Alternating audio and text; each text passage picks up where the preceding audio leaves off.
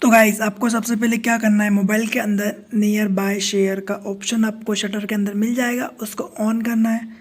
On करने के बाद आपको जो एप्लीकेशन दूसरे मोबाइल में ट्रांसफ़र करना है या भेजना है उस पर क्लिक करिएगा। उस पर क्लिक करने के बाद आपको कुछ इस तरीके शेयर का ऑप्शन दिखाई देगा, उस पर क्लिक करके ऊपर नियर बाय शेयर पर क्लिक करके डायरेक्ट शेयर कर लेना है।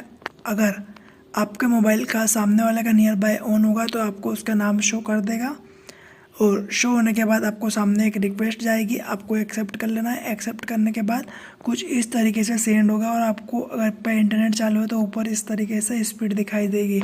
इतनी MB/सेकंड से मेरा डाटा ट्रांसफ़र हो रहा है। हालांकि ये 20 MB ये 10 MB/सेकंड ही बता रहा है, क्योंकि मैं जिस मोबाइल से रिकॉर्ड कर रहा हूँ उसी मोबाइल में ट्रांसफ़र कर रहा हूँ, क्योंकि मेरे पास एक्स्ट्रा मोबाइल नहीं है। यदि आप मैं रिकॉर्डिंग नहीं करता तो वो कुछ भी 25 से 30 MB/सेकंड जाता। Thank you for watching this video.